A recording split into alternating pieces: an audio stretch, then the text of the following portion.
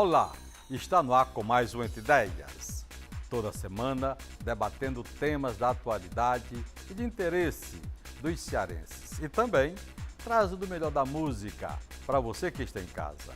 Confira nossos destaques. Hoje nós vamos falar sobre infertilidade no Brasil. Que problemas de saúde levam às dificuldades para engravidar? Até que ponto o Sistema Único de Saúde atende a estes casos?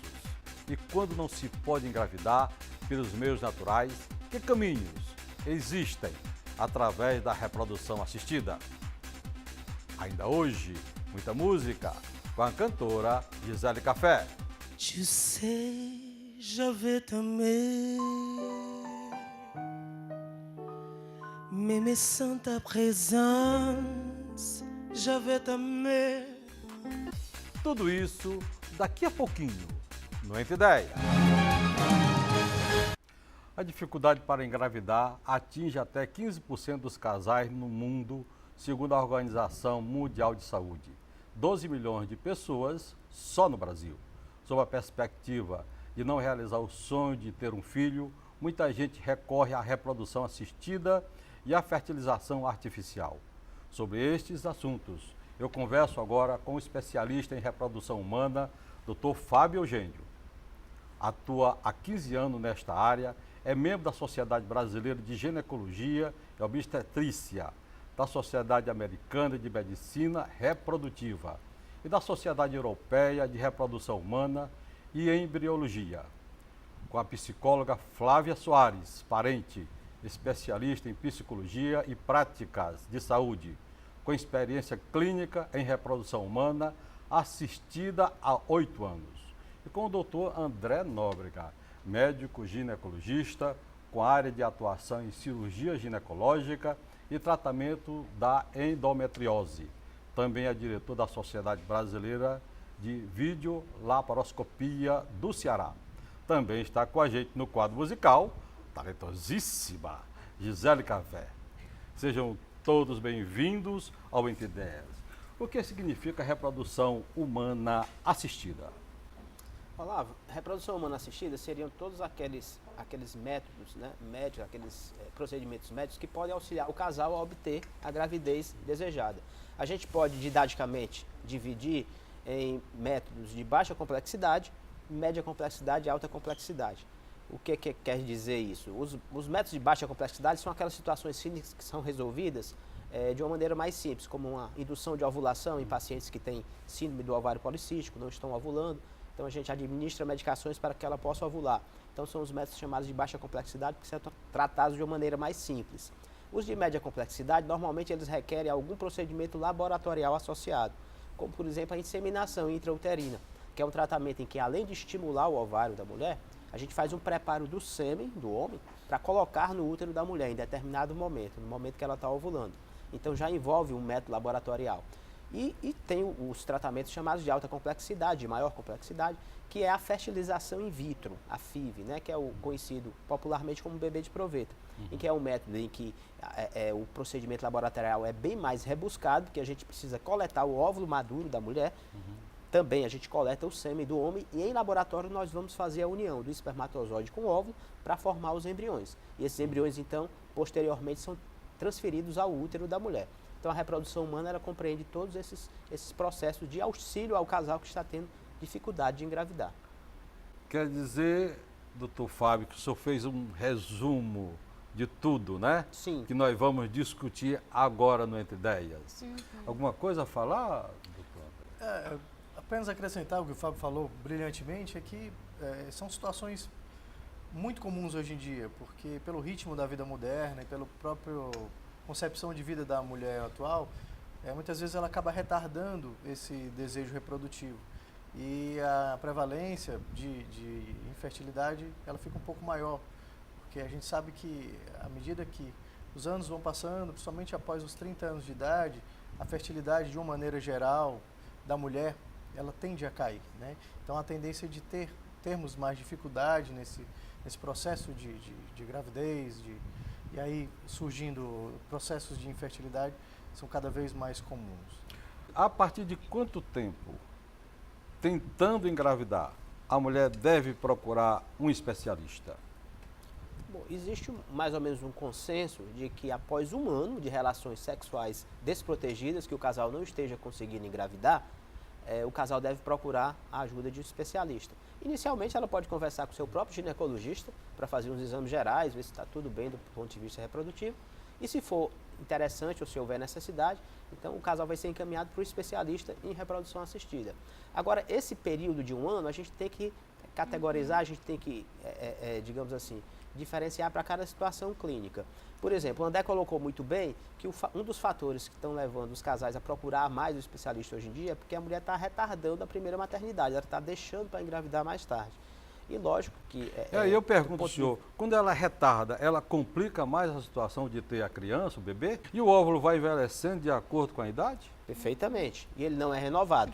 E por isso a mulher, quanto mais nova ela engravidar, teoricamente ela vai ter melhor chance de sucesso nessa gravidez. Então, em casais até 30 anos, que são os casais assim que a gente considera que a mulher tem o maior potencial de fertilidade, o casal poderia esperar até um ano por uma gravidez para depois procurar um especialista.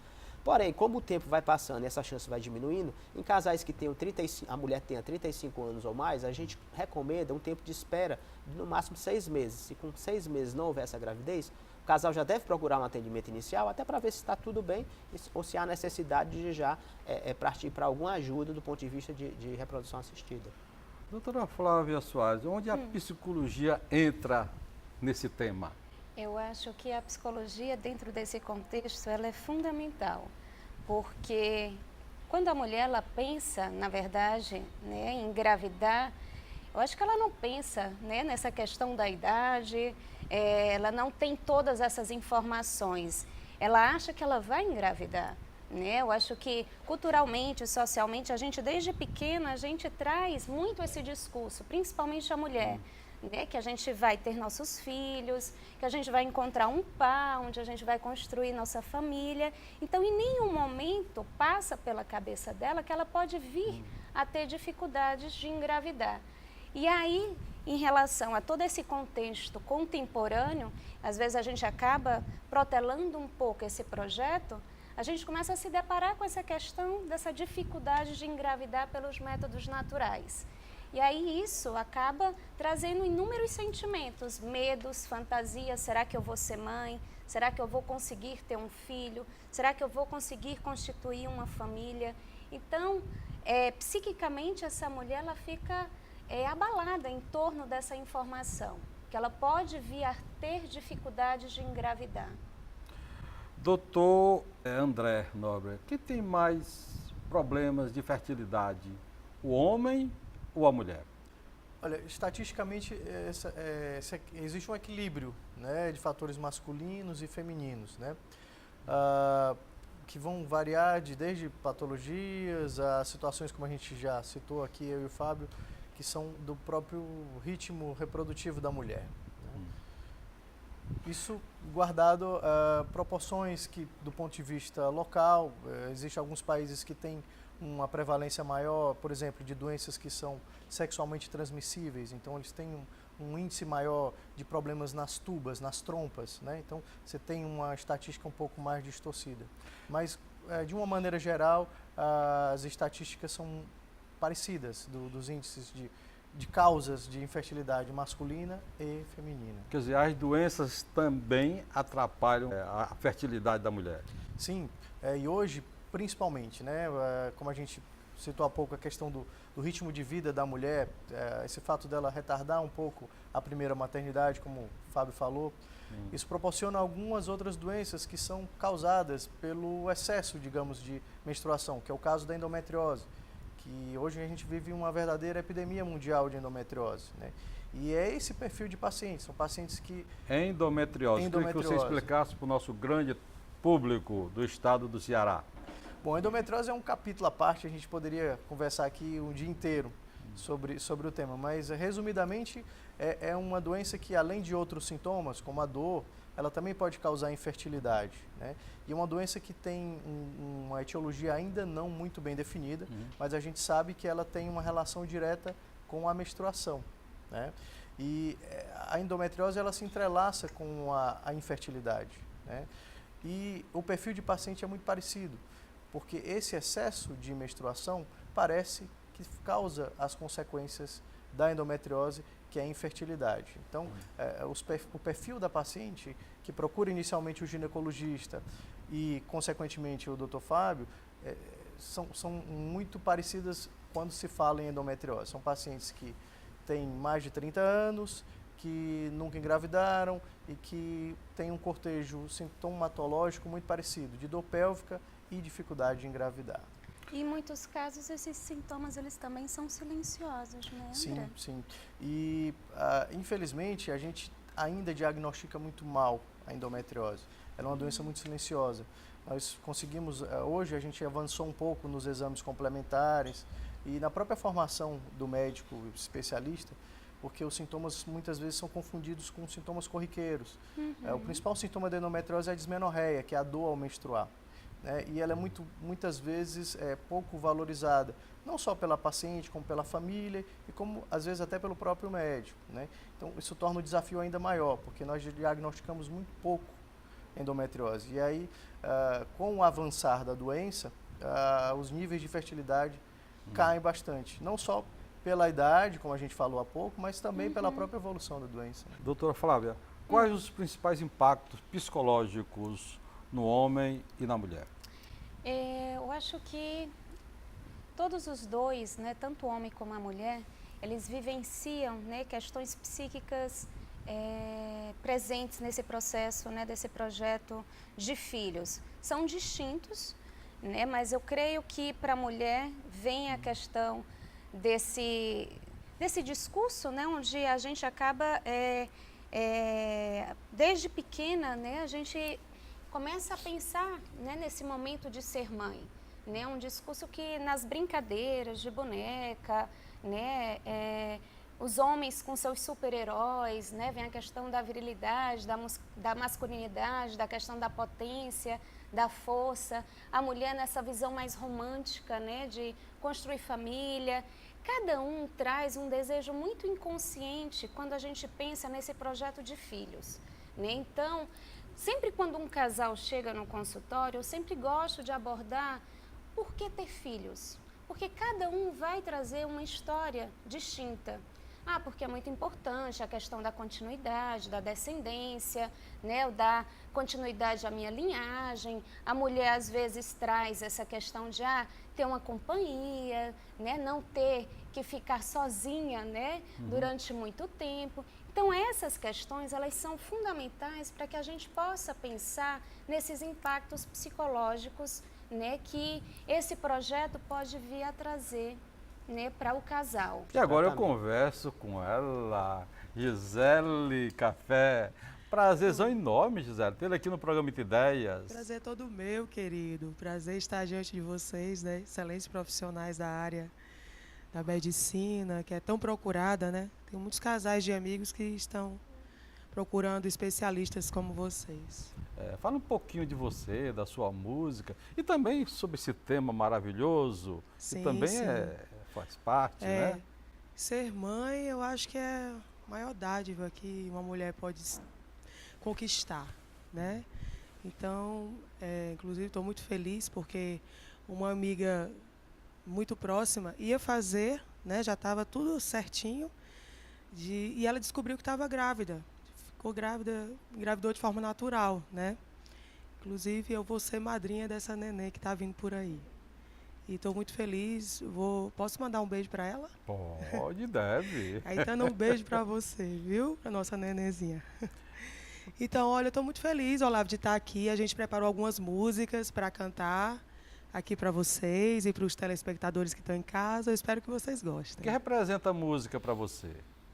A música é a minha vida. Às vezes eu fico pensando o que é que eu seria. Na verdade, eu tentei ser cabeleireira, tentei trabalhar em escritórios, a parte administrativa, mas eu não era feliz. E quando eu decidi realmente que só a música iria me libertar e iria me trazer essa paz que hoje eu tenho, né? Claro que dizer que vida de artista é fácil realmente não é, né? Todo dia, mas É isso mesmo, eu sou brasileira e eu não desisto nunca, né? Aquela história. Não é fácil para ninguém, né? Gisele, vamos de música. Vamos.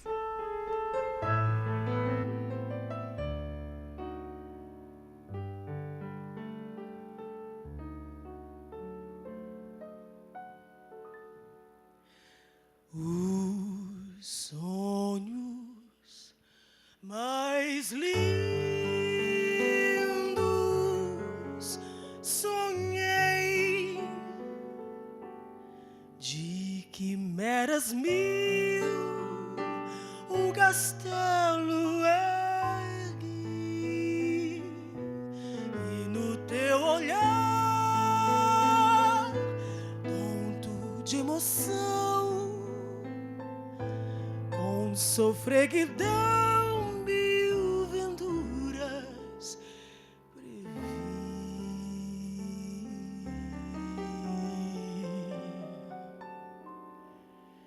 O teu corpo é luz, sedução, poema divino, cheio de esplendor. Teu sorriso prende, inebria, entontece. És fascinação,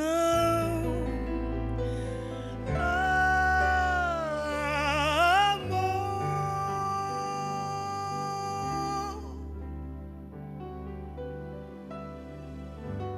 Obrigada, olá. O programa Entre 10 vai para um rápido intervalo, mas vamos curtir um pouquinho mais Gisele Café.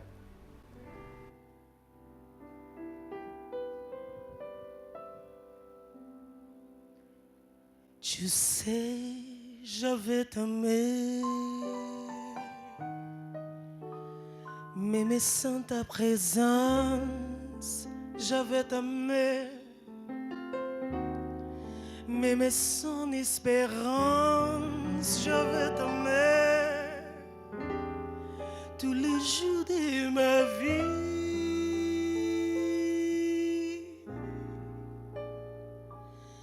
Dans mes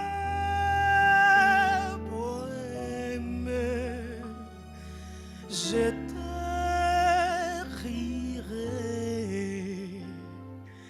C'est toi que j'aime, c'est toi que j'aimerai tous les jours de ma vie. Tu sais, je souffrirai à chaque instant d'attendre, je souffrirai. Mais quand tu seras là, je n'arrêterai la douleur de mes nuits.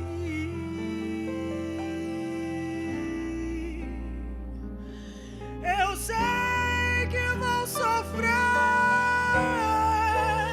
a eterna desventura de viver à espera de viver ao lado teu por toda a minha vida. Eu vou sofrer a eterna desventura de viver à espera de viver ao lado teu por toda a minha vida.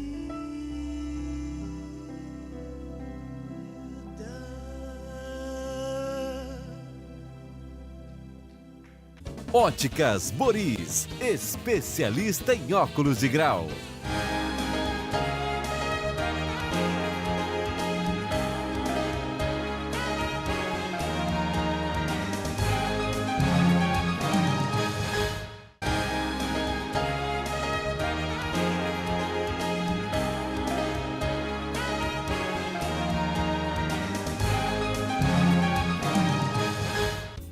Óticas Boris, especialista em óculos de grau. Segundo bloco 30 Ideias, hoje falando sobre os tratamentos que têm ajudado milhares de mulheres a realizar o sonho da maternidade. Nossos convidados, o especialista em reprodução humana, Dr. Fábio Eugênio, a psicóloga Flávia Soares Parente e o ginecologista André Nóbrega. Também está com a gente no quadro musical Gisele Café. Quais os fatores que impedem a mulher de engravidar? Se a gente for colocar as principais causas, quais seriam? Primeiro, os distúrbios ovulatórios, provavelmente os mais comuns. Dentre os distúrbios ovulatórios, que a gente encontra mais é a chamada síndrome do ovário policístico. A síndrome do ovário policístico é uma disfunção hormonal da mulher, que faz com que ela tenha alterações hormonais, que podem levar a acne, oleosidade da pele, excesso de pelos corporais, e do ponto de vista reprodutivo ela tem um bloqueio do processo ovulatório.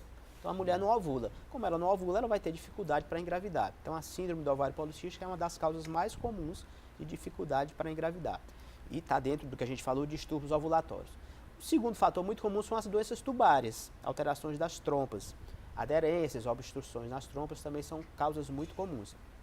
E a gente poderia colocar também no mesmo patamar, como as três principais causas, então distúrbios ovulatórios, doenças tubárias e a já falada aqui endometriose, também uma das principais causas de dificuldades de gravidez na mulher. Está se metendo em tudo. Está se metendo em tudo, é uma doença muito frequente, muito prevalente. E às vezes tem, né, situações onde não existe nenhum diagnóstico, né? Sim, sim, perfeitamente. E em até 15% dos casais, Olavo, eles se enquadram no que a gente chama de ESCA, que é uma siglazinha ESCA, que quer dizer esterilidade sem causa aparente. São aqueles casais em que todos os exames realizados são normais e mesmo assim o casal não está conseguindo engravidar. Então há situações em que a medicina reprodutiva ainda não conseguiu alcançar o motivo específico do casal ter aquela dificuldade de engravidar. É um enigma? Ainda é um enigma, mas mesmo assim a gente tem que alertar que, mesmo que a gente não encontre uma causa, é possível fazer um tratamento para aumentar a probabilidade de gravidez deste casal. E que fatores contribuem para a infertilidade masculina? A infertilidade masculina, ela tem fatores de ordem patológicas, né?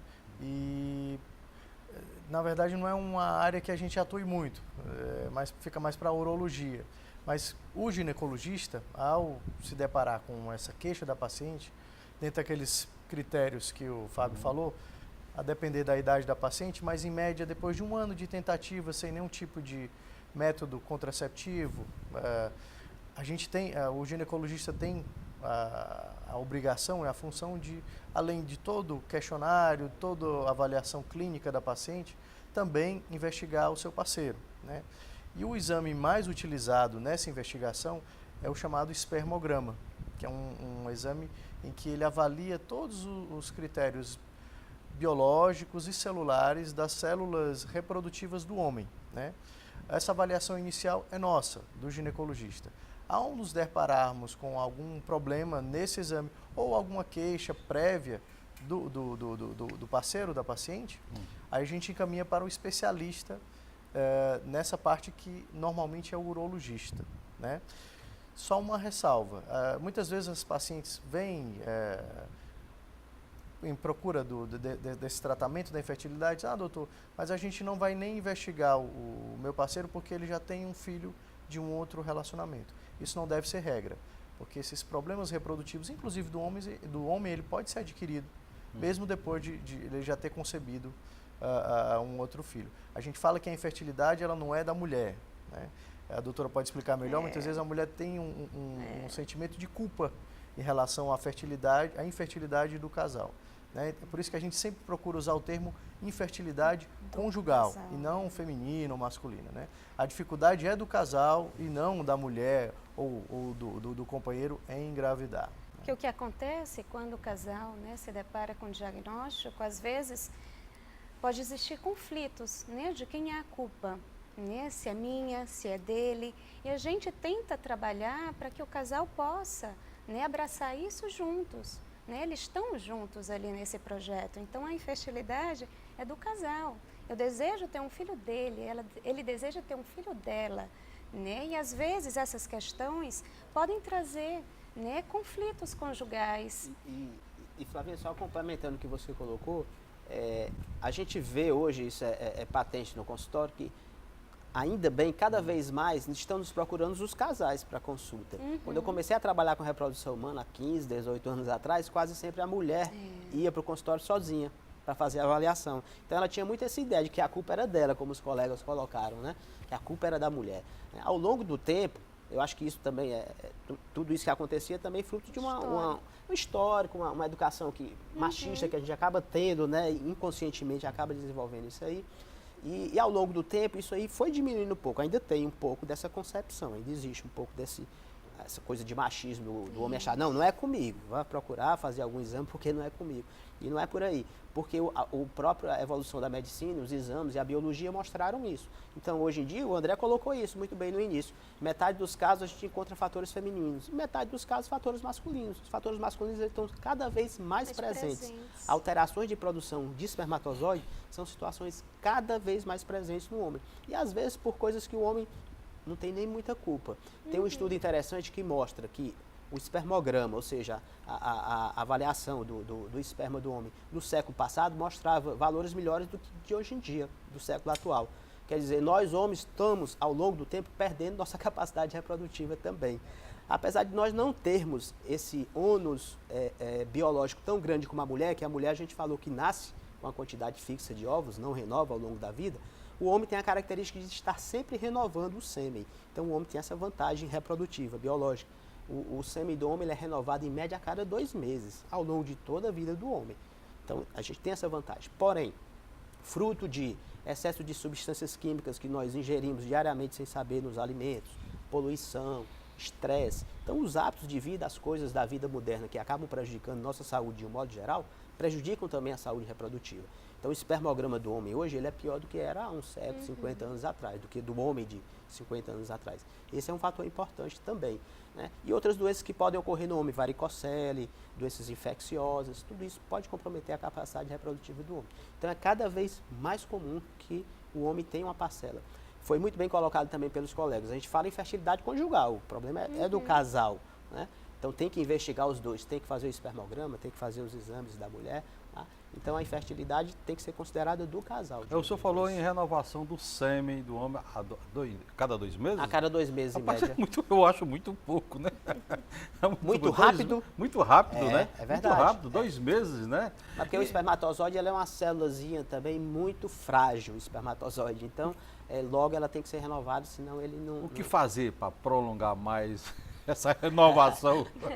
Não, os cuidados que a gente fala em termos de prevenção, de preservação da saúde reprodutiva do casal, eles se confundem muito com as orientações que os médicos dão para a saúde geral. Ou seja, para o homem ou para a mulher, procurar manter um índice de massa corporal adequado, ou seja, um peso adequado para a sua altura. Procurar ter uma alimentação saudável, aumentar a ingestão de fibras, aumentar a ingestão de substâncias saudáveis, diminuir gorduras, principalmente as gorduras saturadas, que são as gorduras vilãs hoje em dia. Complica, né, doutor? Complica. Diminuir a ingestão de bebidas alcoólicas. Aquela picanha bem gorda. É gostoso, mas faz mal para a saúde, faz né? mal. Tem que tirar gordura, não pode. Tem gente que gosta de comer Lógico, gordura. Agora, Olavo, sem radicalismo, né? Não é que uma vez ou outra você não possa se dar ao luxo ou se dar ao bel prazer de comer uma picanha, se você gosta de tomar um pouco de bebida alcoólica, mas sem excessos, lógico. Então, bebida alcoólica em excesso, tabagismo é altamente prejudicial, outro hábito de vida altamente prejudicial para a saúde reprodutiva, tanto do homem como da mulher. Isso já tem estudos comprovando que diminui a quantidade de espermatozoides no homem, pode aumentar a idade reprodutiva da mulher. Então, uma mulher que é fumante crônica, ela pode ter aumentado sua idade reprodutiva em até 10 anos, ou seja, ela tem 30 anos, mas ela vai ter um ovário de uma mulher de 40 anos. Então, tudo isso são os dados que a gente está em relação às mulheres jovens, se prevenir em relação, também o André falou, doenças sexualmente transmissíveis que podem comprometer a trompa dela. Então, sempre usar o preservativo, se preservar nesse sentido. Todos esses cuidados são importantes. Medicações. Né? Medicações, isso, várias medicações que podem também interferir. Então, tudo isso é importante como orientação geral, né, para preservar a saúde reprodutiva. E, do ponto de vista feminino também, procurar, sempre que possível, engravidar cedo. Cedo que a gente diz, assim, não deixar passar muito tempo. Porque depois dos 35 anos já vai ficando bem mais difícil. Esse sonho tem que ser realizado com sucesso a partir dos 30 anos. Depois de 35, aí o negócio já vai começando a complicar, né? Mas, Olavo, em cima do que o Fábio está falando, não necessariamente seria uma dica, mas uma orientação que é importante a gente complementar. Além dessa questão do ritmo, que muitas vezes a cliente ela não sabe que a fertilidade dela cai, né? Essa ideia da vantagem, vamos dizer assim, do homem de renovar células a cada 2 meses, a mulher ela não tem, ela nasce com o mesmo número de óvulos a vida inteira. E esses óvulos vão diminuindo. E a qualidade de resposta deles também com o tempo, principalmente dentro desse número cabal dos 30, 35 anos, ela vai diminuindo. Então, além dela ter menos óvulos, ela precisa de mais estímulo hormonal para poder conceber. Né? Quer dizer, vai diminuindo também a qualidade do óvulo, não é isso? A qualidade do óvulo cai. Então, a gente, enquanto ginecologista, a gente tem a função de orientar a paciente de que ela se informe. Não se trata de pressionar, olha, você tem que engravidar esse ano, não é bem assim, mas ela tem que saber que as chances vão diminuindo, para que a gente não precise encaminhar para um caso de extremo de fertilização, etc., sem uma necessidade real. Né? Outra dica importante, que acaba sendo orientação, é a questão da suplementação do ácido fólico. O Fábio falou muito bem da questão dos hábitos, de alimentação, etc. O ácido fólico é um suplemento alimentar que ele é muito pobre, principalmente na nossa cultura aqui no Ocidente. E a queda desse ácido fólico ele está relacionado com algumas malformações. Isso não contribui com a fertilidade em si, mas com insucesso, né? Você às vezes pode ter um bebê com um defeito de formação neurológica por falta de uma simples vitamina que ela precisa suplementar. Então, uma das funções do ginecologista é orientar que quando há esse desejo da paciente engravidar, ela precisa previamente fazer essa suplementação. O ideal é que seja pelo menos com 3 meses, antes dela parar de tomar o anticoncepcional, ou de usar o preservativo, ou de retirar o dispositivo intrauterino, ela precisa fazer uma suplementação de ácido fólico para que quando ela esteja grávida, o bebê não tenha nenhum prejuízo nesse sentido. Qual a diferença da fertilização para a inseminação artificial? Inseminação é um método em que você estimula o ovário da mulher, fica acompanhando com ultrassons esse processo de estimulação e no momento que ela estiver ovulando, você faz um preparo do sêmen do marido e coloca o sêmen preparado dentro do útero da mulher. A partir desse momento, tudo tem que acontecer naturalmente. Então, na inseminação a gente faz apenas uma sincronização do processo do que ocorreria normalmente na natureza. Facilita, digamos, esse processo. Porque coloca o sêmen preparado no útero no dia que a mulher está ovulando. Na fertilização in vitro, essa união dos gametas, do espermatozoide com o óvulo, vai ocorrer fora do organismo. Então você estimula o ovário da mulher, só que quando os ovos estão maduros, a gente capta, a gente retira esses ovos dos ovários no laboratório, pega também uma amostra de sêmen do homem, separa os espermatozoides no laboratório e no laboratório a gente vai fazer a união do espermatozoide com o óvulo para formar o embrião. Então o embrião é formado em laboratório e a partir daí ele é transferido para o útero da mulher. Essa é a diferença principal. No caso da inseminação, o processo de fertilização ocorre dentro do organismo da mulher, na própria trompa dela. No caso da fertilização in vitro, esse processo de formação do embrião, da união do espermatozoide com o óvulo, ocorre em laboratório. Os gametas são trabalhados em laboratório e, posteriormente, o embrião é colocado no útero da mulher. E agora eu converso com Gisele Café. Que voz, Gisele! Que voz, Gisele! Oi, querido. Quais as músicas preferidas nos casamentos? Olha, o casamento é um dos eventos mais tradicionais, né, que a sociedade hoje promove, né? Então, assim, nas cerimônias de casamento, realmente, as que são mais pedidas e mais indicadas por mim, claro, são as tradicionais, as italianas, né? Que As música músicas italiana mais brasileiras- pedida nos casamentos? Música italiana mais pedida, tem Cinema Paradiso, que é linda.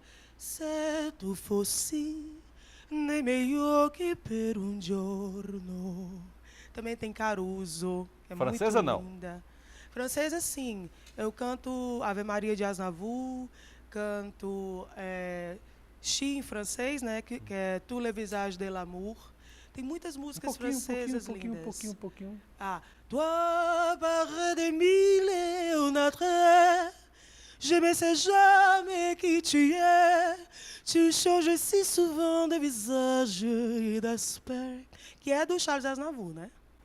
Também. Você se inspirou em algum artista, alguma pessoa assim, quando você começou a cantar?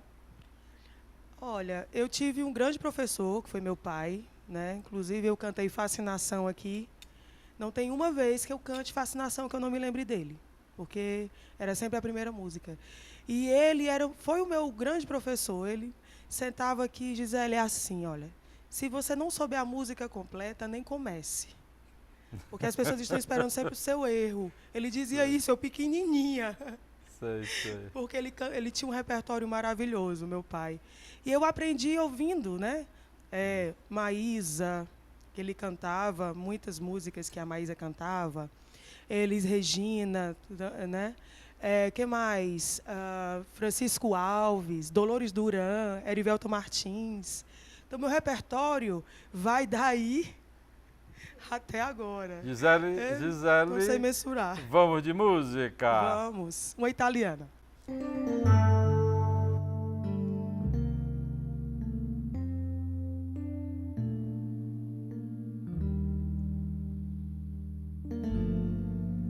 Qui dove il mare luccica e tira forte il vento sulle vecchie terrazze davanti al golfo di Sorrento. L'uomo abbraccia una ragazza dopo che aveva pianto, poi si schiarisce la voce e ricomincia il canto. Te voglio bene assai, ma tanto, tanto, tanto bene assai. È una catena ormai che scioglie il sangue dentro me.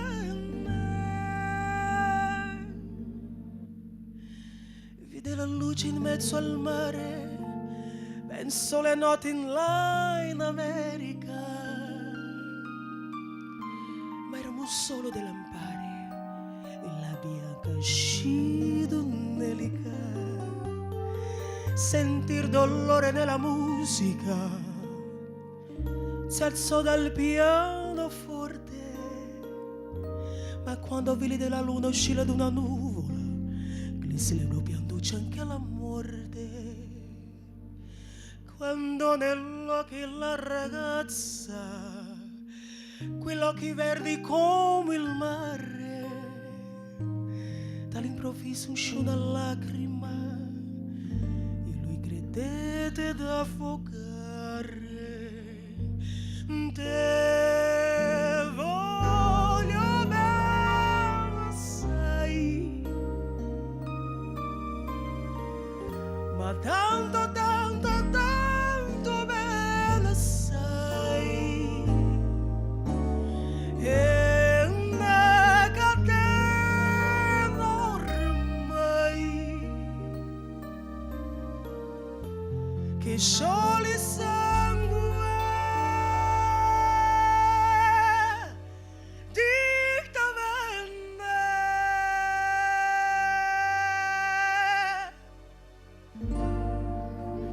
O programa Entender vai para um rápido intervalo. Vamos curtir um pouquinho mais de Gisele.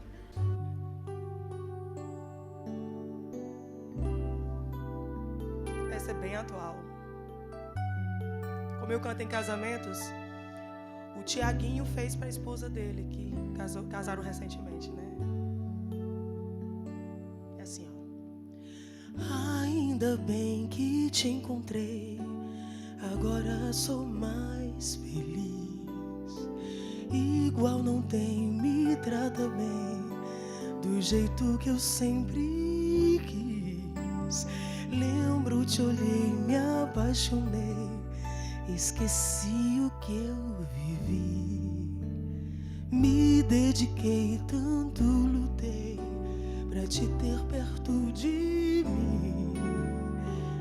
Ainda bem, ainda bem, ainda bem, ainda bem.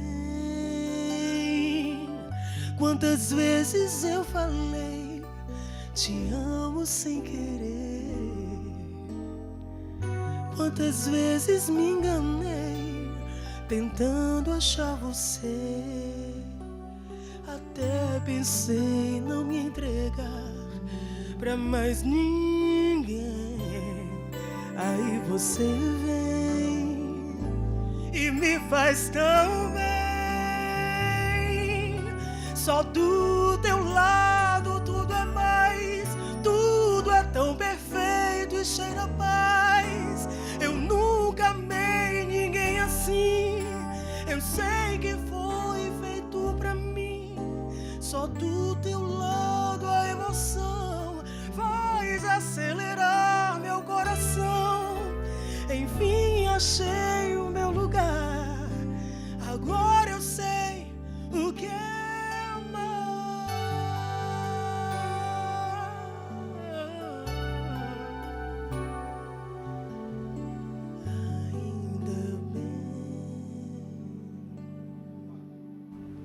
Contrataria essa fera?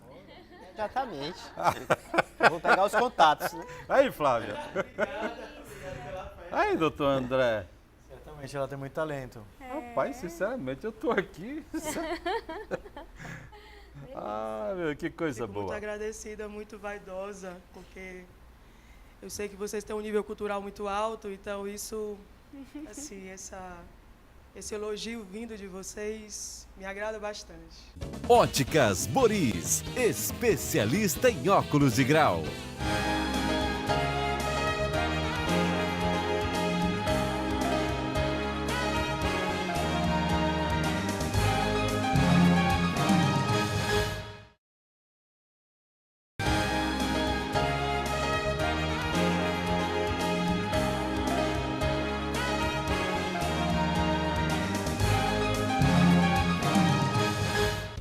Óticas Boris, especialista em óculos de grau. Estamos de volta com o programa Entre Ideias, hoje falando sobre reprodução humana e fertilização in vitro.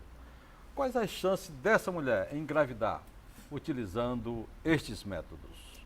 Quando a gente vai falar de chances de sucesso com os tratamentos, é bom que a gente fale sempre também a chance de gravidez espontânea, porque existe um pouco de desconhecimento, não só entre a população leiga, mas até muitas vezes entre os médicos e até entre colegas ginecologistas, das chances mensais de gravidez de uma mulher. Por quê? Porque uma mulher que está em idade reprodutiva normal, digamos 25, 30 anos, no relacionamento estável, tendo relações sexuais 2 a 3 vezes por semana, sem nenhum método contraceptivo, ou seja, ela está querendo engravidar. Qual é a chance mensal dela engravidar? 20 a 25% por mês. Então, se a gente coloca esse dado, muitas vezes até o casal se assusta. Puxa, somente isso, doutor? Essa é a chance normal de concepção quando a mulher está no ápice do seu potencial reprodutivo. 20 a 25% de chance mensal de gravidez. Por isso que a gente aguarda, e a gente já falou, Olavo, às vezes até 1 ano.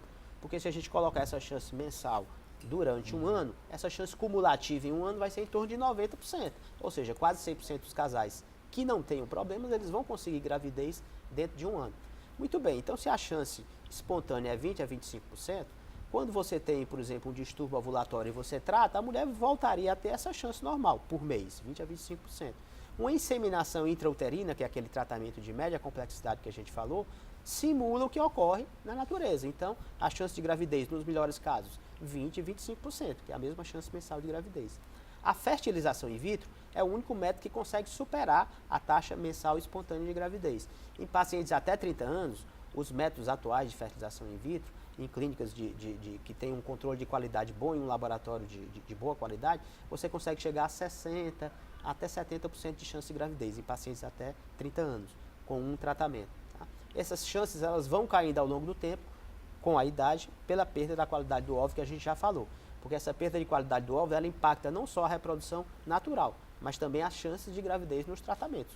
Por isso que a mulher nunca deve protelar muito, como a gente já falou. Os fatores psicológicos contribuem para o problema da infertilidade?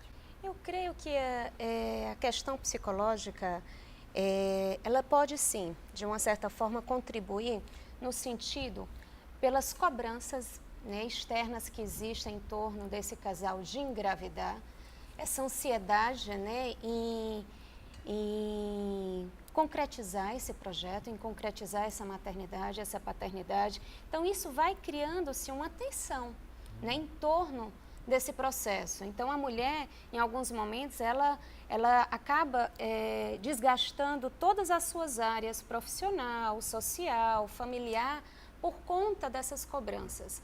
Existe a própria cobrança pessoal, né, de querer realizar esse projeto, e existe também a cobrança externa, né, o que a sociedade espera, que eu engravide, né, que eu tenha um filho, todas as minhas amigas estão engravidando, minha família está pedindo um neto. Então, todas essas questões, de uma certa forma, influenciam nessa ansiedade, né, em concretizar esse projeto. E eu acho que com o processo da infertilidade, aí mais desgaste psíquico, né, vem à tona, né, podendo trazer quadros, né, patológicos para esse casal. Doutor André, é possível tratar a infertilidade com medicamentos? Na verdade, o tratamento ele tem que seguir uma evolução, né? Não antes da gente ter um bom diagnóstico, né? Embora a gente algumas vezes não consiga definir bem qual é a causa da infertilidade conjugal, a gente só pode instituir algum tipo de tratamento depois de fazer uma larga avaliação do casal, né? Mas é possível sim, existem alguns medicamentos que são chamados indutores de ovulação, em que eles dão, digamos, um empurrãozinho no ovário para que ele facilite esse processo da ovulação e, consequentemente, da concepção. Mas eu volto a insistir, ele só deve ser feito depois de uma prévia avaliação. Vamos citar aqui como exemplo, se a paciente tiver uma obstrução nas trompas, você vai induzir essa ovulação e esse óvulo não vai chegar até o útero e, consequentemente, ser concebido pelo espermatozoide, né? Mas é possível sim. Você pode fazer, em média, 2 ou 3 tentativas com doses diferentes, né? Com associações de medicações e, após algumas tentativas, que vai depender muito do perfil de cada paciente e de fatores variáveis como a idade, etc. Se esse tratamento não tiver sucesso, aí você deve encaminhar para o infertileuta, no caso o Fábio, para que ele faça uma avaliação e institua outros tratamentos de maior complexidade. Como acontece o processo de doação do sêmen, doutor? A doação do sêmen é bom que se diga em relação à doação de gametos, que está muito agora na mídia, Pauta. né? Porque tem uma novela que está abordando esse tema também. Que a doação de gametas, seja de ovos ou seja de espermatozoides, é um processo que é feito há muito tempo no Brasil. A resolução do Conselho Federal de Medicina, a primeira que foi feita em 1992, já contemplava esse tipo de doação, tá? Só há alguns critérios que devem ser seguidos. O doador de sêmen, ele tem que ser anônimo, a doadora de óvulo também, então deve haver um anonimato entre as partes, tá? Normalmente o doador de sêmen, ele procura os chamados bancos de sêmen homólogos, que são bancos de sêmen que recebem essa amostra, é processado, ele tem que ser submetido a uma série de exames clínicos para saber se ele não tem nenhuma doença que possa ser transmitida naquele material biológico dele, e a partir daí essa amostra é disponibilizada para doação, né? Da mesma maneira tem a doação de óvulo, a mulher também ela pode doar os seus óvulos. Para mulheres que não têm mais óvulos ou que perderam os óvulos devido a alguma cirurgia, ou que já atingiram aquela idade que a gente falou em que a mulher praticamente não tem mais óvulos fertilizáveis, 44, 45, 46 anos, então nessas situações ela também pode receber uma doação de óvulos de uma mulher mais nova. Inclusive tem até familiares que emprestam o útero, né? Aí já é uma outra filho, situação. outra situação. É a chamada né? gestação de substituição. Substituição, né? Isso, é quando a mulher não tem o útero para gestar e ela pode recorrer a um aparente para gestar. Doutor Fábio, que papo gostoso, né, rapaz? Que papo legal.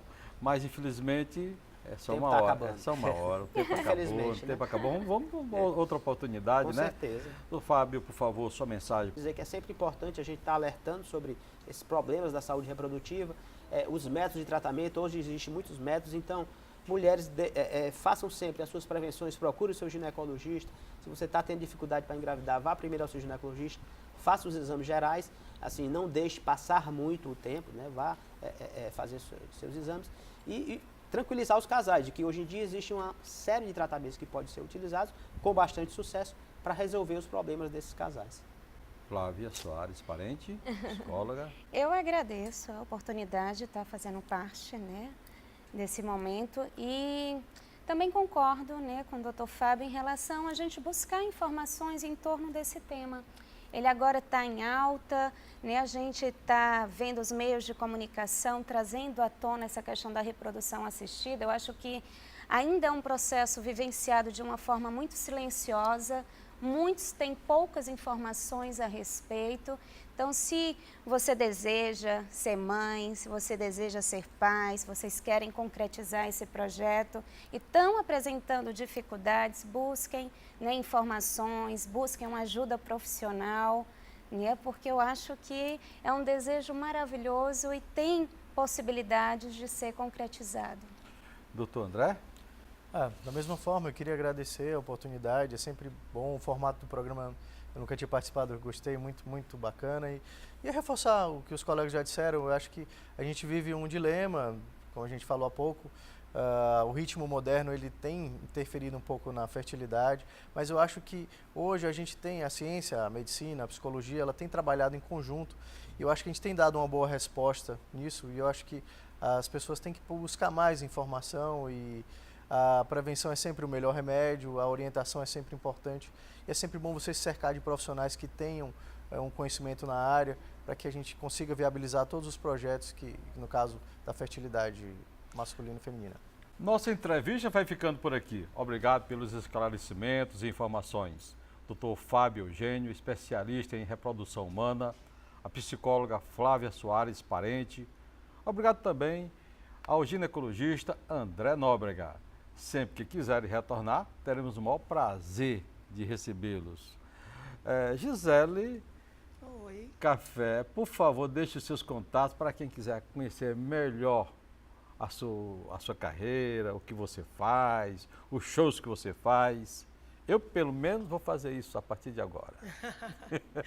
Obrigada pelo carinho. É fácil encontrar a gente no Instagram, né? É @Gisele com 2 L's, café com 2 F's. Também nós temos o site giselecafé.com.br e os telefones 3231-85, né? 3231-6606 e o 8734-8888. E a você que está em casa, obrigado pela sua audiência. Até a próxima semana, se assim Deus permitir. Eu gostaria de mandar um tremendo abraço ao pessoal da Vigilância Sanitária Ser 2, Eurivan Gurgel e sua esposa Jéssica Gurgel. Obrigadão, Eurivan, você é o cara.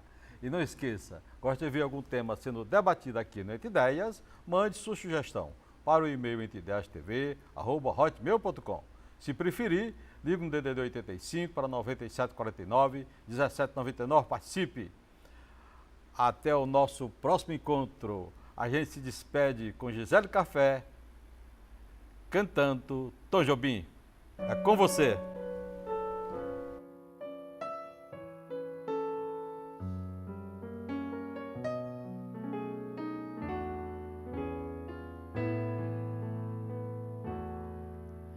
Eu sei, você sabe, já que a vida quis assim, que nada neste mundo levará você de mim. Eu sei, você sabe, que a distância não existe, que todo grande amor só é bem grande se for livre. Por isso, meu amor, não tenhas medo de sofrer, pois todos os caminhos me encaminham pra você.